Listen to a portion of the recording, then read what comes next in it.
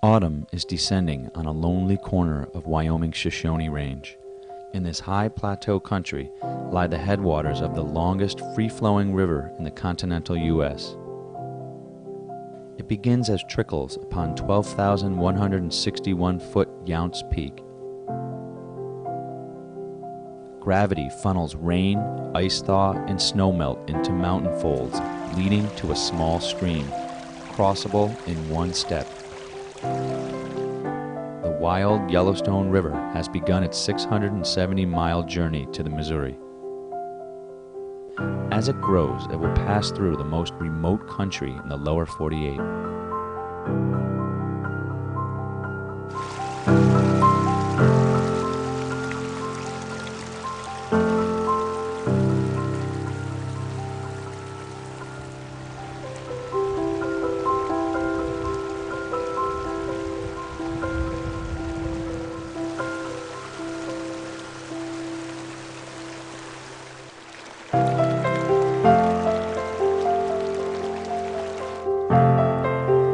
Altitude hastens the seasonal change. Winter seems to whisper its presence in spite of fall.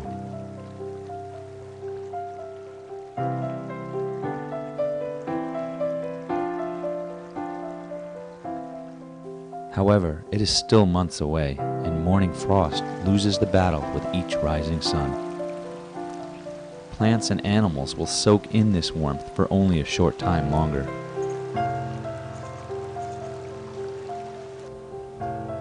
Many raptors, such as this northern harrier, may already be migrating south, but for this bird, hunting is still the overriding instinct.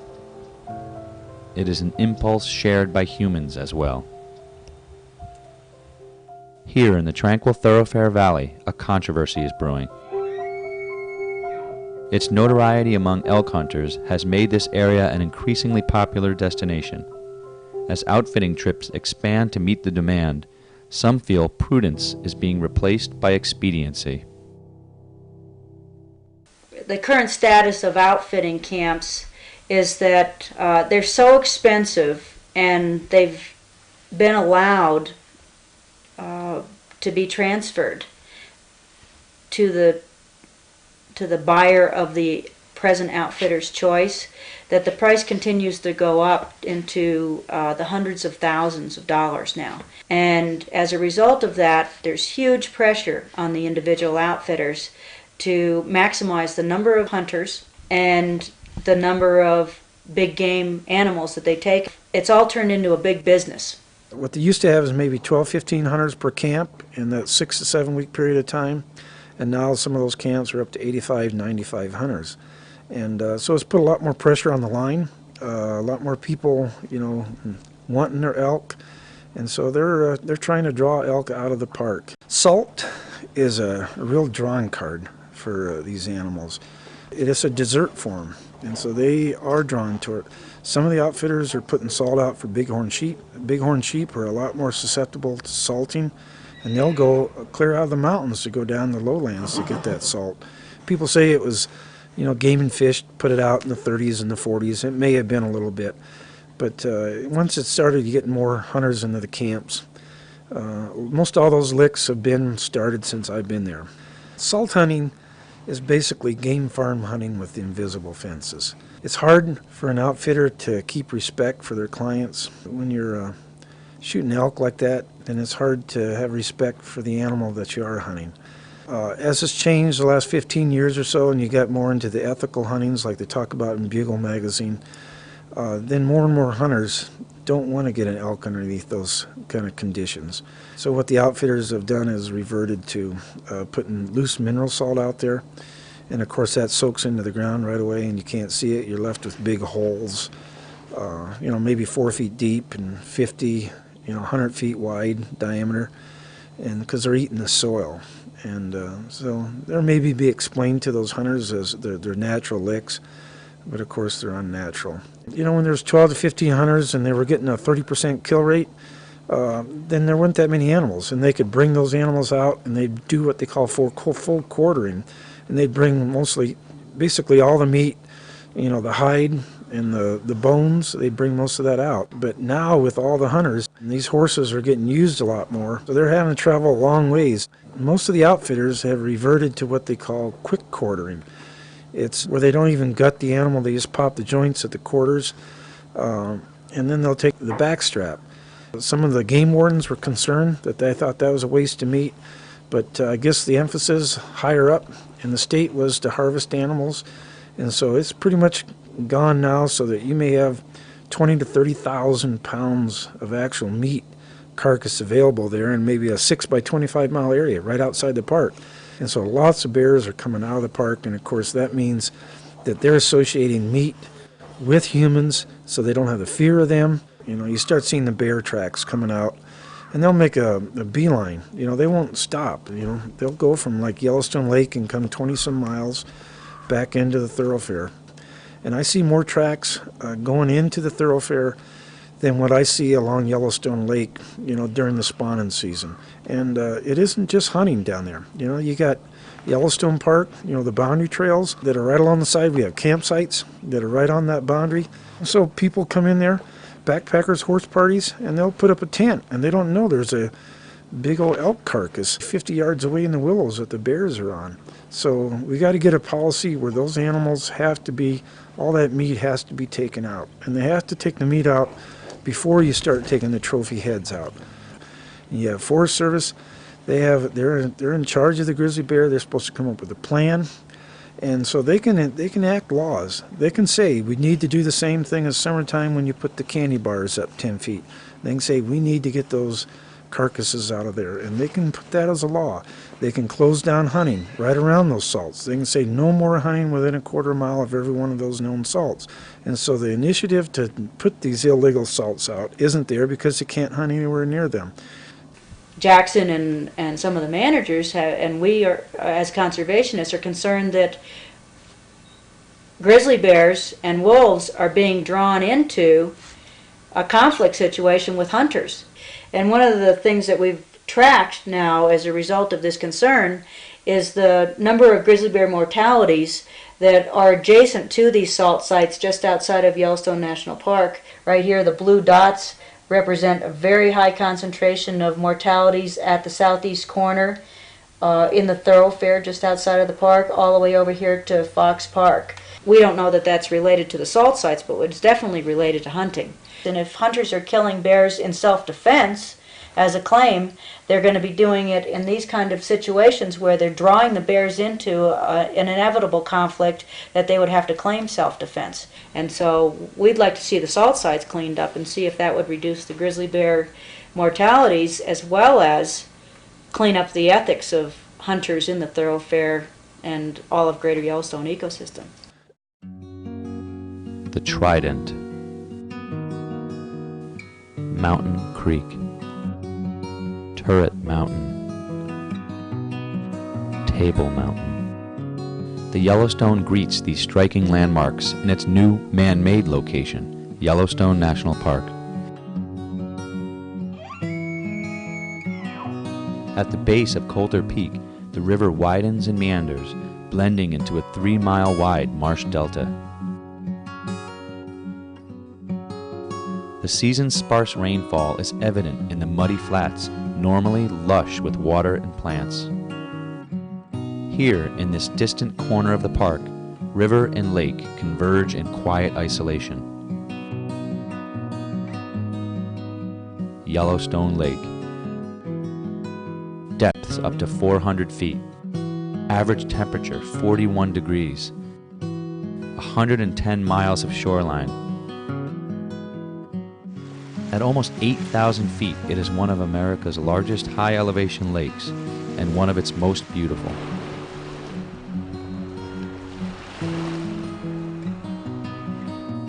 Evidence of geothermal activity can be seen billowing from surrounding mountains, as well as dancing along the lake's edge.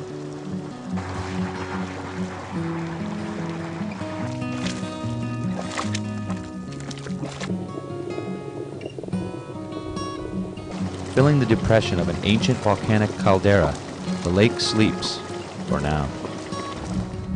Unlike its entry into the lake, the river's exit is witnessed by millions as it passes silently under Fishing Bridge. Until 1974, fishermen stood elbow to elbow along the span. Since then, the waters have been protected as spawning ground for the threatened cutthroat trout. Shortly thereafter, Lahardy Rapids spring to life. Fish aren't the only residents which thrive under this swift current, evidenced by this dipper bird. Around the bend, the expanse of Hayden Valley unfolds.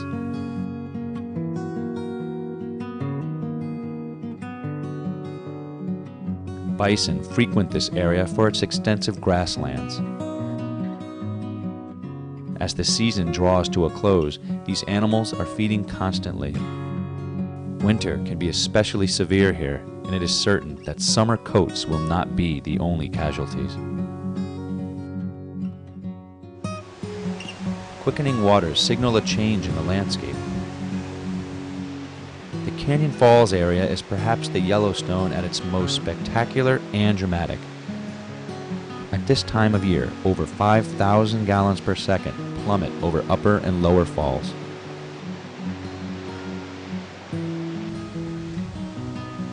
At the base of these grand cascades, the river continues to carve the 20-mile-long Grand Canyon of the Yellowstone, which lies at the heart of the park.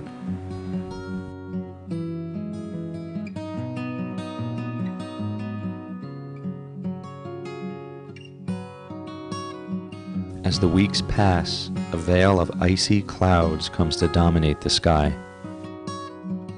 Early snows signal an irreversible trend.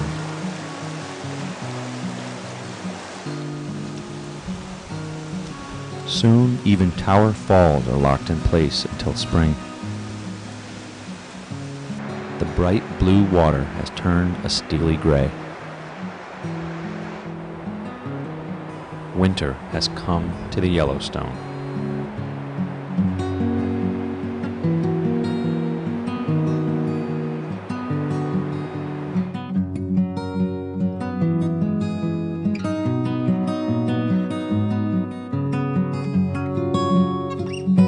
Winter is neither cruel nor friendly to creatures along the river.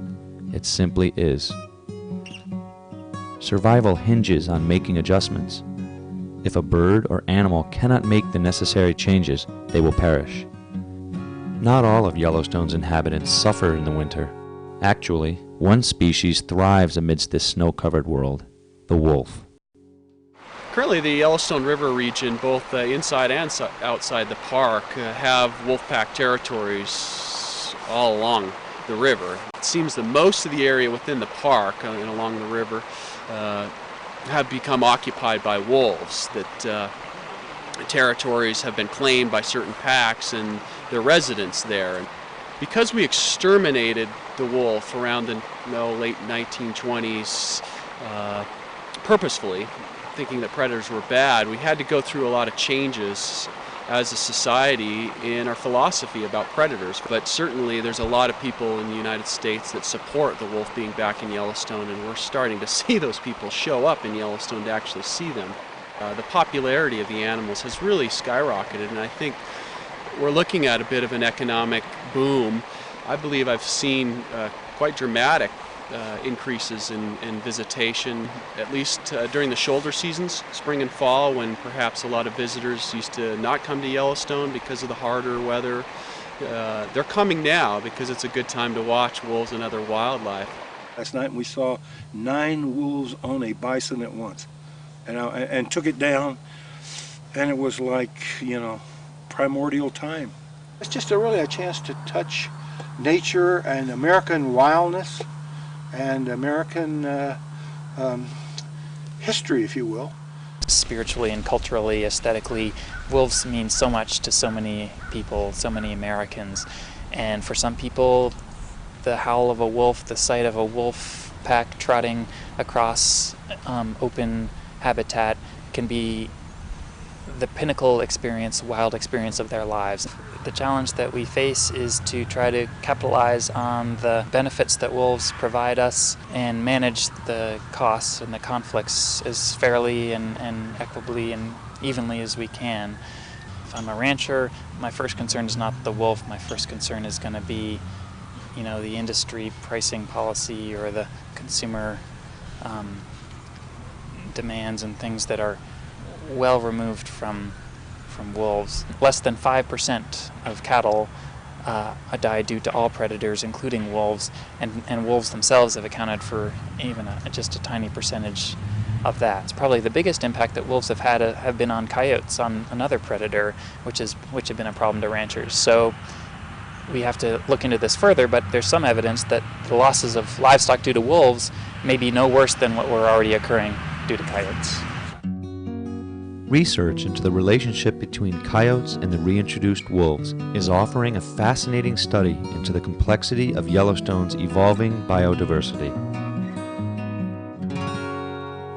I guess, before the wolves, the coyotes had to do a lot of their own, hunting of big ungulates.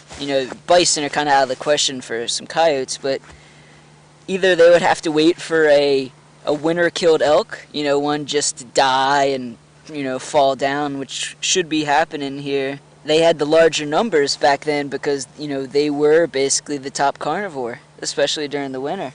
They had bigger numbers, but you could argue that because their numbers were bigger, that the condition of each coyote wasn't as healthy. But the wolves are keeping their numbers down, but because there's more carcass and their numbers down, you could argue that the health of each coyote is better. So you could argue that this is a more healthy coyote population. In winter, it's hardest on the prey, so winter is the time for the predators and the scavengers, and we see that it seems that the kill rate for wolves increases somewhat, that they have an easier time finding these individuals that are vulnerable in the herd and bringing them down. They cannot take down any elk that they find out there. It has to have some vulnerability, some predisposition to being killed by wolves. So very selective predators that for many thousands of years have had a beneficial effect on the herd animals that they prey upon by selecting out those individuals and ensuring that only the strong survive and reproduce. Not everyone shares this opinion. The decline in elk population has many people worried. They don't believe what park officials or researchers are telling them, and they've gathered to voice their complaints. We've gone from 19,500 pre-wolf introduction to about 10,000 now. And we're concerned. We're concerned that it's going to impact our livelihood, our way of life. The press around here, except for the Gardner Hauler, has consistently regurgitated propaganda out of Yellowstone Park. They've known for 4 years that this problem has been going on, and they have peppered the press with nothing but pro-wolf propaganda, blaming everything except for Martians for these elk being wiped out. A wolf pack kills an elk every 2 to 3 days, and that translates, with the number of packs there are in the northern range of Yellowstone, to about 1,000, 1,500 elk killed every year. There's 1,500 elk also killed by human hunters, and so far the elk quotas have been above objectives since the wolves have been brought back. So what the wolves are doing is actually helping us to achieve our quotas by reducing the number of elk to the levels that Montana Fish, Wildlife, and Parks folks think is the sustainable number of elk in these areas. It takes 30 new cow-calf pairs a year per 100 to sustain a herd, but the most recent numbers show only 14 calves per 100. As a hunter and an outdoorsman, that worries me. I believe wolves have caused the decline and they need to be delisted now. You'll hear a lot about certain effects like lower cow-calf ratios. That is, it seems that the young of the year aren't surviving as well in this post-wolf era. That may be due, in part at least, to wolves, that wolves do single out calves. About 40% of the types of elk that wolves take are calves. However, calves are overproduced in general by the elk herd. That is to say, elk have a lot of calves, and not all of them have to survive for the population to even stay stable. There's other effects that have been going on. The last 3 years here in Yellowstone and Montana in general, we've experienced drought, and that can have a real effect on the survival of calves. There are also heavy winters. 96, 97 was a pretty good example of a hard winter that may have had an adverse effect on the condition of adult elk, so that they weren't as reproductively successful in the subsequent years. So a lot of things going on. Certainly the population is not endangered. Wolves had tremendous growth rates when they were first brought back to Yellowstone, and that was feeding the fears that they would expand beyond their capacity of the elk herd to support them. But that growth rate quickly leveled off in a matter of a few years, so that wolves are now believed to be at their carrying capacity in Yellowstone. And it's not that the elk, numbers of elk that are limiting their numbers, it's the amount of space that the wolves tolerate between the different packs. They really don't have the capacity to wipe out large herds of elk. Certainly the occasional wolf will cause problems, and living with wolves can be a challenge. However, having them back in places like Yellowstone, I think, make Yellowstone a wilder place, a place that people in general find to be more of a wilderness park with its full complement of species. Once the wolf was reintroduced in 1995, that completed the assemblage of species that we've once had in Yellowstone and that we continue to have today. I think that's very important, that we have one place left in the lower 48 states where you can find that degree of integrity and wildness in an ecosystem. And I think you find that here in Yellowstone now that wolves are back. As always, elk will continue their struggle through ice, snow, and cold. These days, at least for now, they'll have to reckon with more than just weather. The frigid water continues to course past snowy slopes and against frozen cliffs. On to the Black Canyon, which signals not only the end to the river's presence within Wyoming, but winter's frosty grip as well. Melting snow finds its way to the river and roars over Knowles Falls, waking a slumbering land. It is springtime on the Yellowstone.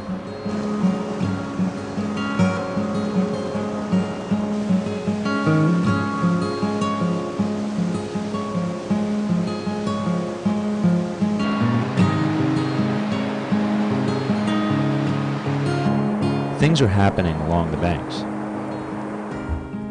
Yellow-bellied marmots have left hibernation. A small herd of bighorn ewes, lambs, yearlings, and 2-year-olds feed on new grasses and sage.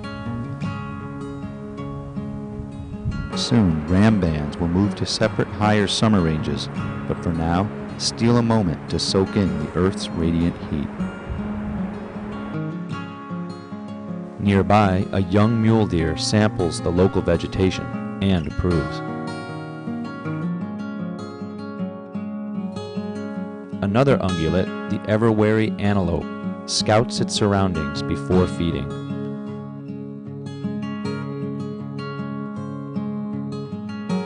Northern flickers investigate a hole in a cottonwood tree for a possible nesting site. On a nearby branch, they stage courtship rituals thousands of years old.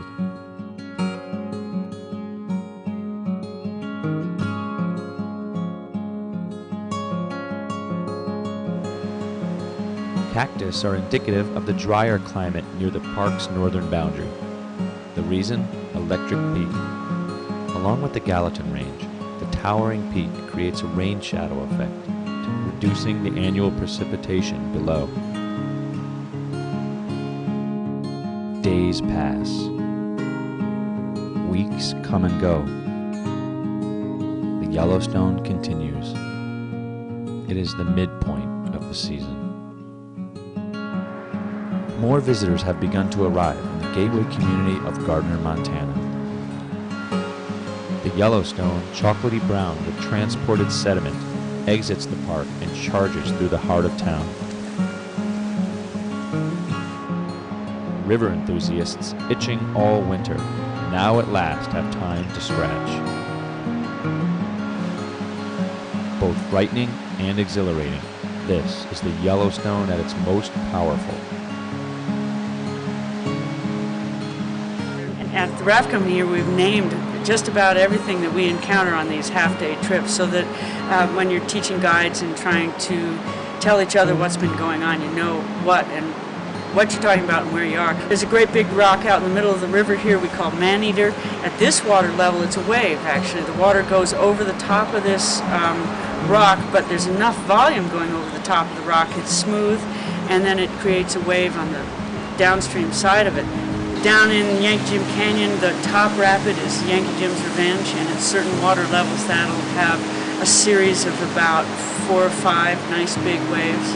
Down in the canyon, it's the eddies and the swirls and the hydraulics, actually. In this one place, the narrowest place in the canyon, the hydraulics are what can get you. We're looking at this year's high water, maybe today, 11,900 CFS. At high water in 97, it was 3 times as much water, just rampaging down through here and ripping up acres of ground, mature cottonwood trees, making wholesale changes to the river channel, and that affects people in a very real way. About 1.5 acres of ground here. It was taken out mostly in 96, but some in 97. That green shop was out about the length of the building farther to the west. We had to jack it up, put it on round poles and pull it with a tractor off to where it is to keep it from going in the river. The riprap that we put in 96 prevented the house from going in 97. I'm absolutely convinced of that. They talk about floating log protection, and that's basically what we're trying here.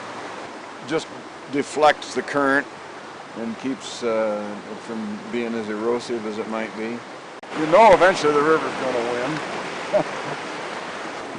It's just a matter of how long you survive. For all the reasons that the people that object to remodeling the river, I guess I essentially agree. The only thing is, we wound up with our house sitting here, and we aren't just about to roll over and play dead. Following its release from the constrictive walls of Yankee Jim Canyon, the river spreads and slows as it enters Paradise Valley. Though swollen, this year's river will not be the threat it was in 96 and 97, when it ripped through the floodplain into history. While primitive attempts at river control are a thing of the past, modern practices are not without their critics. With landowners along the river rushing to protect their property, a new debate has arisen. This portion of the river has taken on kind of special attention in recent years. Some of that came out of concern about the number of projects that were being permitted, allowed to go forward. The process of getting a permit includes talking about what you're going to do, how you're going to do it, and maybe alternatives to what you have in mind. Well, not too many years ago, there was some concern at the federal level that the Corps of Engineers was allowing projects to go forward, handing out permits without an appropriate review as required by statute. Back in 1996 and 1997, when we had these very major flood events occur, all of a sudden things started to change with this river.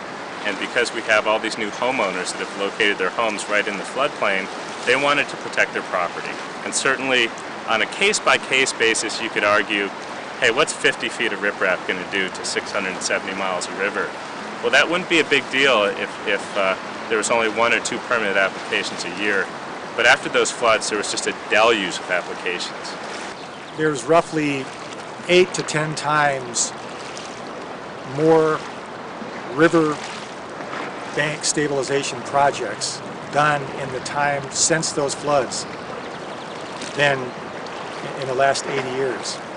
The Upper Yellowstone River Task Force was appointed by Governor Mark Roscoe in November of 1997, and it's a broad base from environmental people, business people, agriculture, people living on the riverbank. When you bring people together and they start talking about problems, they find a lot of common ground, and then we're moving forward. I think the great strength is we said right from the get-go we were going to let science lead us into what we're calling recommendations. And then we have to take all of that research, put it together, and then try to do some modeling with the river. At least we'll be able to make an informed decision vis-a-vis where there's no data. Montana Fish, Wildlife and Parks has collected data on fish populations to better understand the effect of channel modification on fish habitat. Electrofishing uses a concentrated electrical current which causes fish muscles to involuntarily contract, drawing them towards the boat. It's a very powerful technique, one that fisheries biologists rely on in order to look at animals that we can't easily see. But as anyone knows, growing up, water and electricity are not a good mix, and it's very important that we emphasize the danger. It takes very specialized equipment, a lot of training, and a lot of attention to detail while you're doing it to avoid injury. It's not something someone would try at home. They've just come through that electrical current, they just had their muscles worked out, but they're still kicking, and they'll recover pretty quickly from this. When we actually go to handle them for measurements, lengths and weights, we'll give them an anesthetic. We actually use clove oil. Kind of calms them down. The fish is really quite flaccid and anesthetized. It makes it a lot easier for it to take a weight. You have here an example of your mountain whitefish.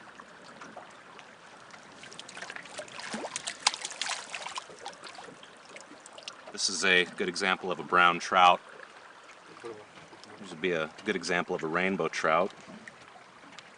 And here we have a good example of a Yellowstone cutthroat trout. Want some gloves, Adam? You can see the cuts on his branchiosticles there, the orange coloration.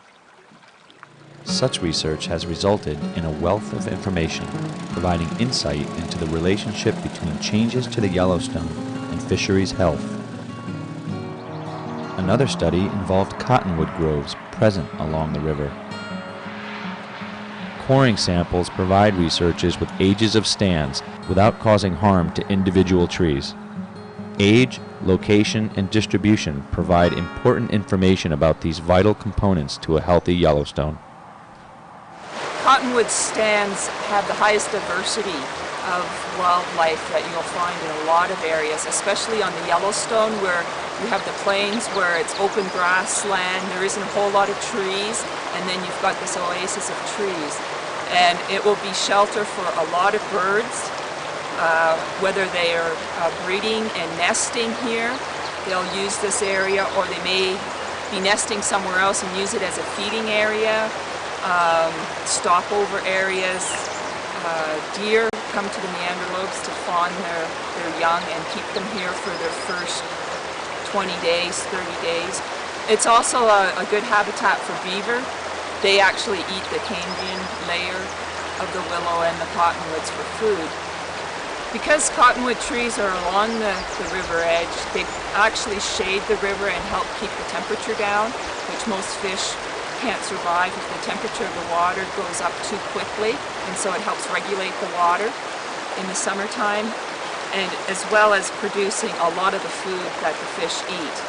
There is systems where they've lost their cottonwood trees because of dams and the way they regulate the flow releases, and where you've lost the cottonwood trees, you've lost the fisheries as well, because there isn't the food and the temperature spikes too quickly. In order to know how the bank stabilization projects are going to affect it, you have to understand the process that's occurring on this river system. In the higher stage, the river has more power to scour, and it will scour cut banks. As the river goes slower, it loses its speed, and so as soon as the velocity decreases, it will deposit some of its sediment load, but then as it gets around the corner, it will increase again and start scouring and picking up deposits, and so it will naturally sort of form a sinuous channel. Cottonwood trees only germinate on bare open ground. And so you're assuming if a tree is that age and it's 50 meters from where the river is now, the river was actually 50 meters back at that time, and that tree established maybe, 5 or 10 meters from the river's edge. By stopping the river from moving with a rock rip-rapped side, you'll stop a lot of the sediment going into the stream, and so you'll reduce sediment that can be deposited later on. And because these new deposits are needed for cottonwood seedling establishment, you could reduce the amount of seedling establishment that would occur. Now, that doesn't sound that dramatic, but cottonwood trees normally have about a 100-year lifespan, although there are some that are 200 to 300 years old, but they're anomalies. And so maybe in our lifetime we don't think of it as quickly losing it, but if you have no young trees coming in to replace the old trees dying off, eventually you'll lose your cottonwood groves and it will change the makeup. By allowing people to build in the floodplain, we basically sanction their ability to protect that property. When someone builds a wall in front of their property to protect their property from erosion by the Yellowstone, they create a domino effect in which property owners downstream or upstream can be affected by that changing the course of the river. It's a balancing game. We're supposed to weigh the impacts both to the aquatic resource and to the project proponent and to society in general. With the influx of homeowners, some fairly wealthy people building some big houses along the river and paying a lot of money for this river frontage.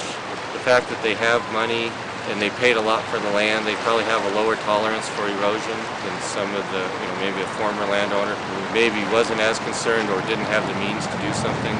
So as far as demographics go, I think some of the new types of landowners we're seeing along the river are driving the push to stabilize some of these banks. It wasn't so long ago that the Corps of Engineers decided that they would build levees along the Snake River and Jackson Hole, and the reason they were going to do that is to allow trophy homes to be built in the floodplain. Today, they're spending tens of millions of dollars in an attempt to take down some of those levees and restore part of that river, but even the Corps has said at best they're going to restore a small portion of that part of the Snake River, and I think what it shows overall is once you allow enough homes to be built in a floodplain, you're probably never going to reclaim it. There's just too much locked up in real estate there. It's worth too much money to move somewhere else. And people on the Yellowstone are fond of saying, we never made that mistake here. We never built these huge dams like Grand Coulee or Hoover on the Yellowstone, so we still have this amazing resource. But the fact is, rock by rock and barb by barb and jetty by jetty, we're building Grand Coulees along the Yellowstone River. They don't go perpendicular to the current, they parallel the current. They're along the banks. And sooner or later, those walls of riprap are going to have the very same effects that a dam like Grand Coulee would have on a major river system. We're going to start to lose our fish, we're going to start to lose our wildlife, we're going to start to lose our riparian areas. So we need to view these stream bank improvement projects for what they are. They're small dams. They just point in a different direction than the traditional dam we look at. This task force wasn't convened because everything was going hunky-dory and there wasn't a problem. The task force was convened by Governor Roscoe because we did have a problem with overdevelopment on this river. So things are going to have to change to fix that problem.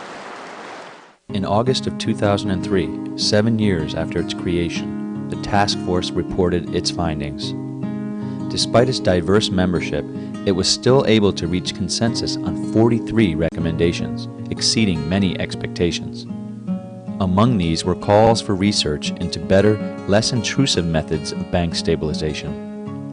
Another suggests that new bridges and reconstruction projects be designed to reduce problems with sediment and gravel deposits upstream and downstream. However, not everyone was pleased, and many felt that the task force needed to go further.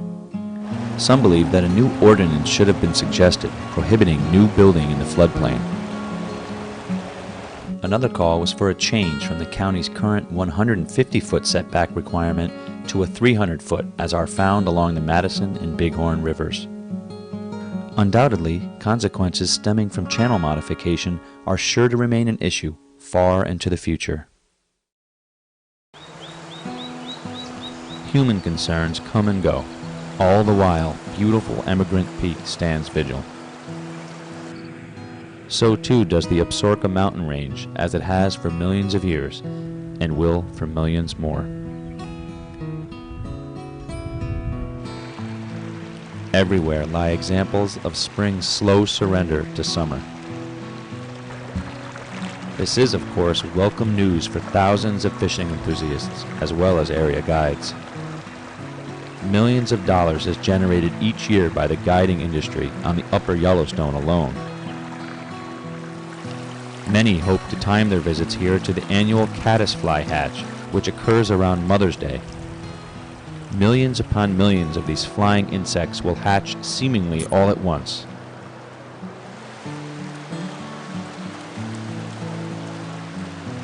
They are an important source of food for river trout, which in turn are a source of enjoyment to people, if they can tolerate the endless swarms. Later in the summer, another famous hatch occurs. Known locally as salmon flies, they are technically stone flies. Unlike the ubiquitous caddis, the salmon flies emerge in waves, ascending the length of the river. These insects can grow to over 3 inches long and often end up as unwelcome decorations on car windshields. As fish swoop in to catch salmon flies, ospreys swoop in to catch them. The osprey's diet is comprised solely of fish. There's little doubt that these great birds have inspired countless humans along the river.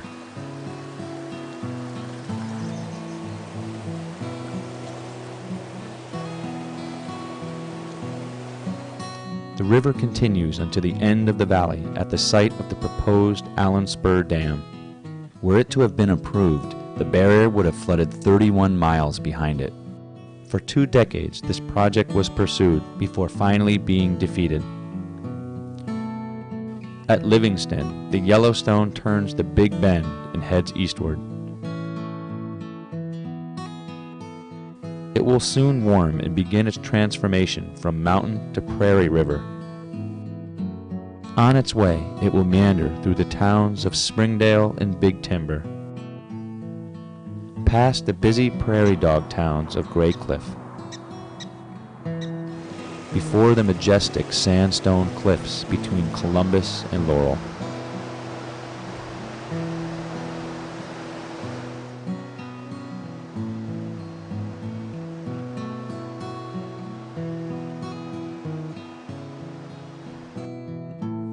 Turkey vultures peered down from atop a snag high above the river.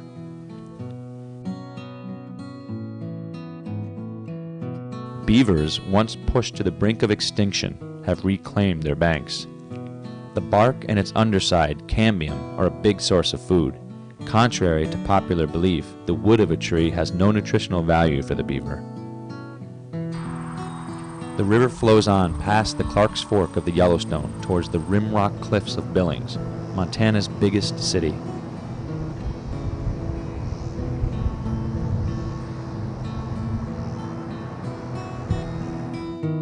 It's here on the plains where the river sees the most use, for better and worse. This channel here normally, this time of year, would have people fishing along the banks. There would be kids swimming up here, jumping off the bridge, which they were doing earlier this spring.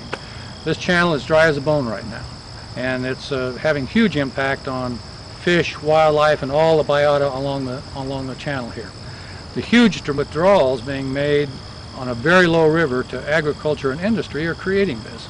Agriculture has developed extremely good irrigation techniques which can cut down the amount of water that they pull out of the river.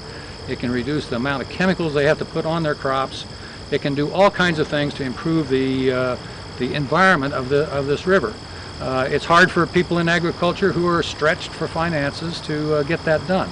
That's something we can all cooperate on to help get them the funding to improve their irrigation techniques. Here Billings, the largest community along the Yellowstone River, withdrawing huge amounts of water.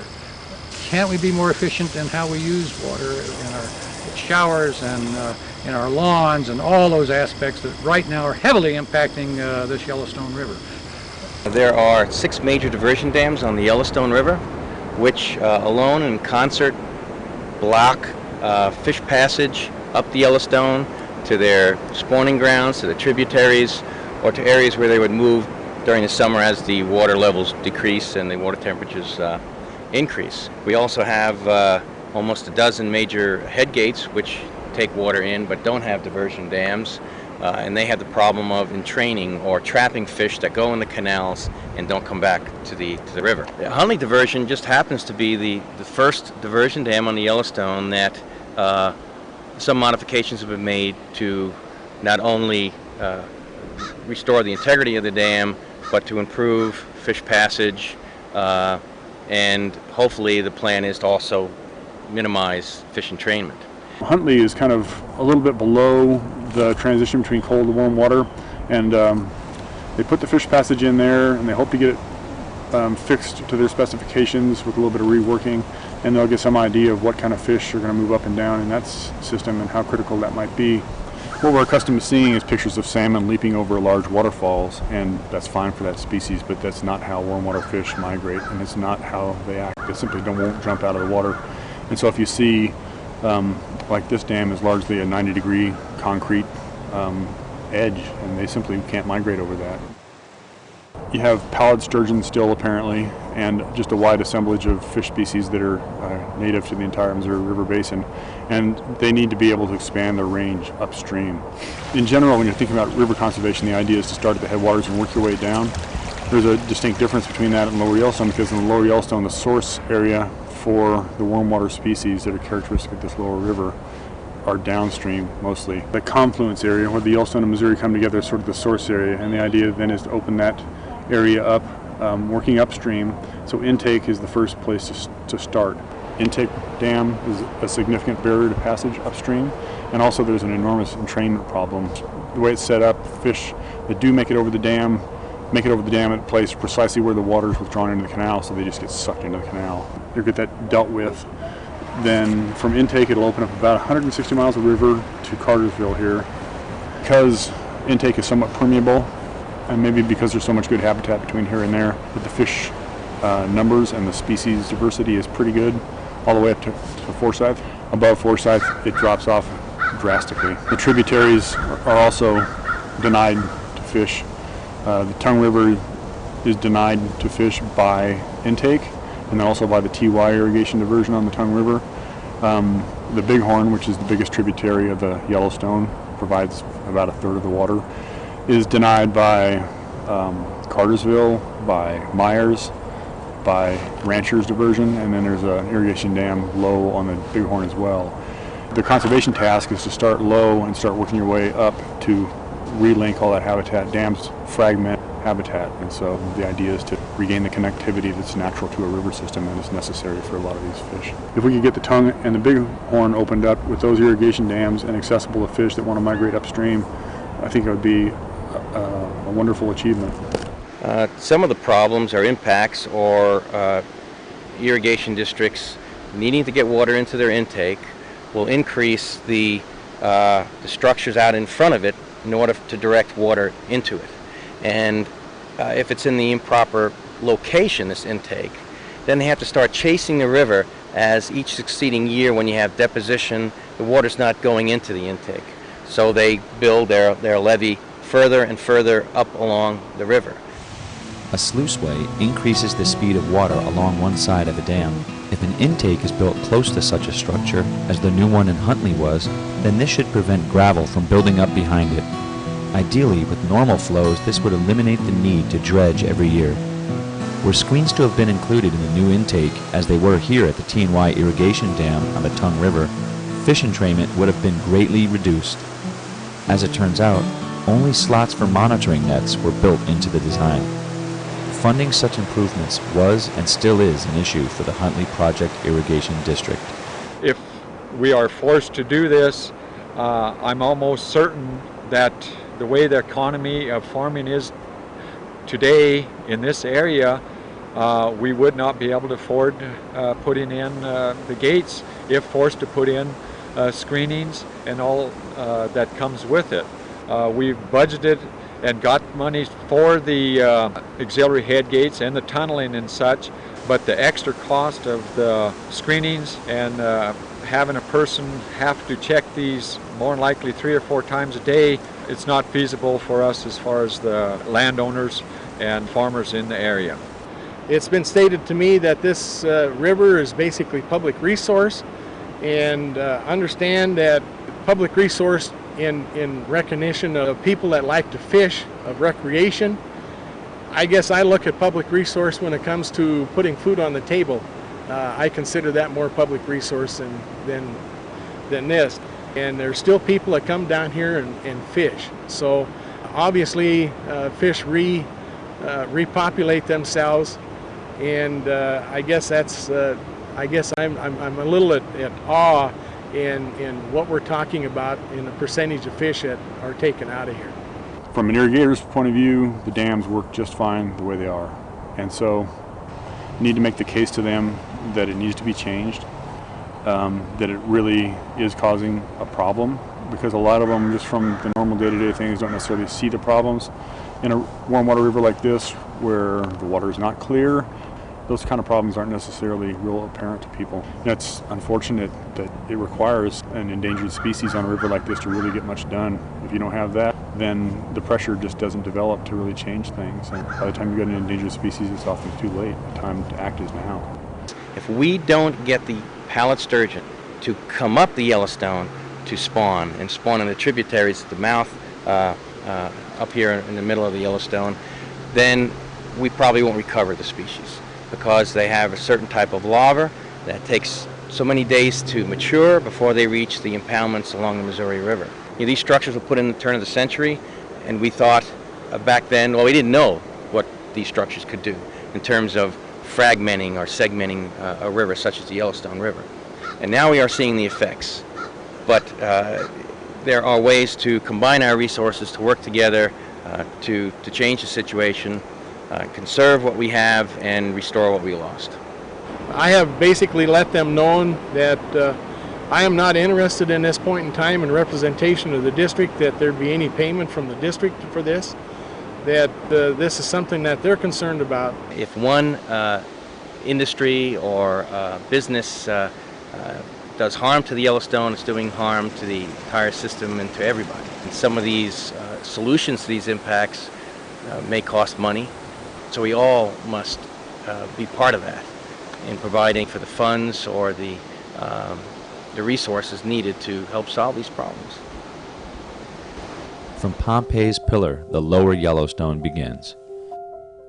Coloring its islands and braids is a rainbow of feathers: white pelicans, black cormorants, blue herons, and golden eagles. The hard-earned fruit of farmers' labor grows in adjacent fields. The Wyoming-born Tongue and Powder rivers are major tributaries despite this year's anemic appearance. Further east, the river travels past the Terry Badlands, whose unique rough-and-tumble landscape is rivaled further downriver in Glendive at Makoshika State Park. The name stems from a Lakota word meaning bad lands or bad spirits. The park holds a treasure of cap rocks, spires, hoodoos, and other rock formations created by time, water, and wind. Days shorten, summer fades, and autumn once again greets the Yellowstone.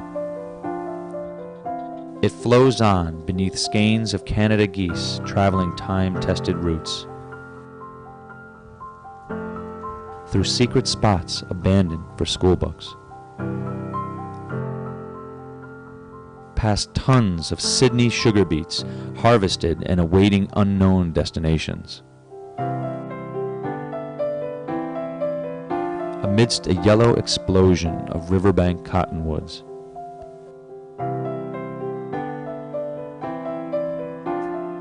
Through the familiar chill of mornings, in a landscape coated with frost. In the presence of ancient banks created during more tumultuous times. Slowing to a lake-like crawl just out of sight from its conclusion, the river is worlds removed from its fast-moving mountain sections. It is here in North Dakota, hundreds of miles later, that the Yellowstone meets up with an equally strident river, the Missouri. Vast deposits of silt lifted from both channels coalesce into a beautiful muddy collage.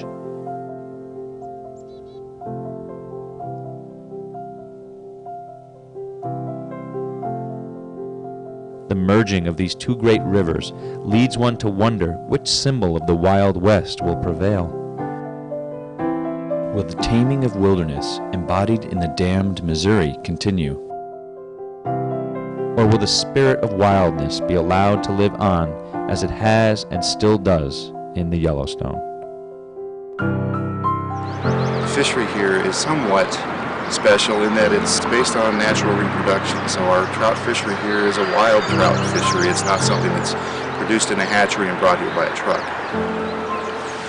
Yellowstone is a magic word. Is it Yellowstone Park, Yellowstone River, the area surrounding Yellowstone? It's a very magical word and means a lot to people.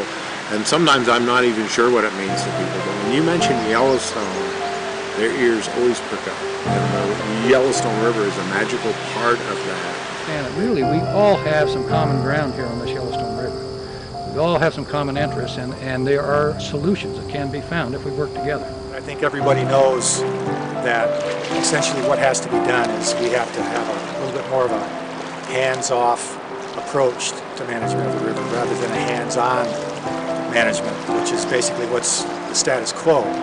It's, you know, it's a neighbor. It's sometimes it gets drunk and a little unruly, and the rest of the time it's a pretty good friend. This is the last major undammed river in the lower 48 states. This is something that Montanans need to take great pride in. It's something that we haven't destroyed by luck or by intent. We still have it.